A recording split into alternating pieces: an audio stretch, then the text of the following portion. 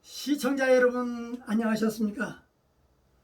주님과 함께 5분 묵상의 시간을 갖겠습니다. 오늘은 역대하 30장 말씀을 묵상합니다.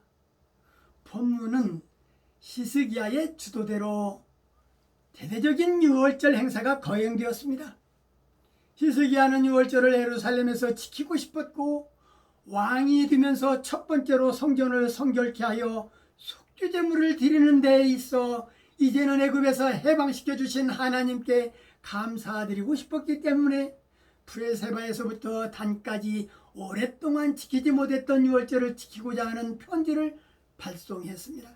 보발꾼들이 왕의 편지를 전하면서 너희 열조들같이 목을 굳게 하지 말고 여호와께 규순하여 영원히 거룩하게 하신 전에 들어가서 하나님을 섬겨 그 진노가 떠나게 하자고 설득하면서 전했습니다. 너희 형제와 자녀가 사로잡은 자에게서 자비를 얻어 이 땅에 돌아오게 될 것이라고 했지만 그 말을 비웃는 백성들도 있었습니다. 그러나 아셀과 므낫세와 스불룬 중에서 몇 사람이 스스로 겸비하여 예루살렘에 도착하기도 했습니다. 히스기야의 명을 듣고 2월에 백성이 무교절을 지키려 예루살렘에 심히 큰 군중이 모여서 2월 14일에 유월절 양을 잡고 7일 동안 무교절을 지켰고 예루살렘에 큰 희락이 있었으니 솔로몬 때부터 이러한 희락이 예루살렘에 없었다라고 본문은 기록하고 있습니다.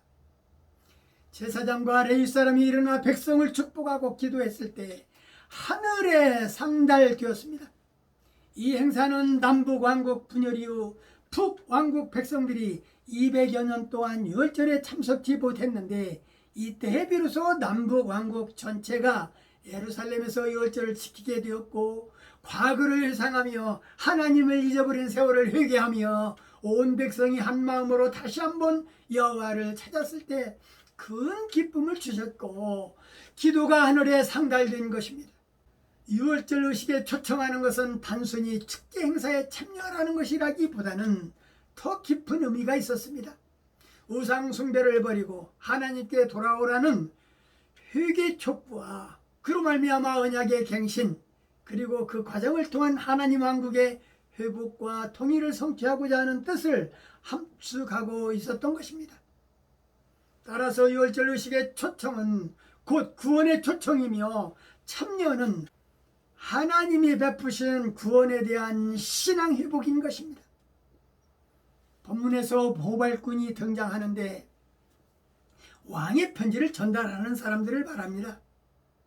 보발꾼들은 메시지를 북방 이스라엘 즉 반역 세력의 주도적 지파였던 에브라임과 므낫세 지방의 각성과 심지어 스불룬까지 전파하였습니다.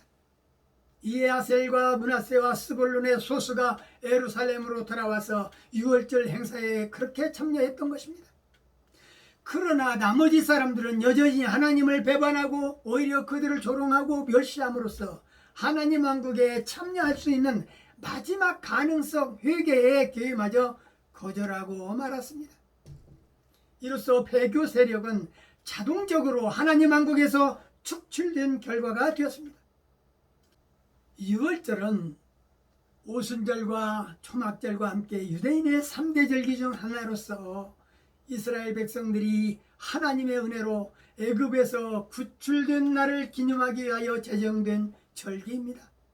마지막 10번째 재앙이 있던 날 밤에 집을 그냥 넘어가는 그 집에 초태생이 죽지 않도록 하셨습니다. 오늘날에도 유대인들은 유월절 행사를 기념하고 있습니다.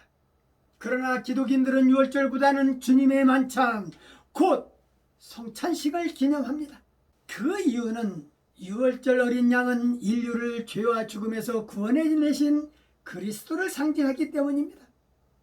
예수 그리스도가 참된 유월절 어린 양이시기 때문입니다.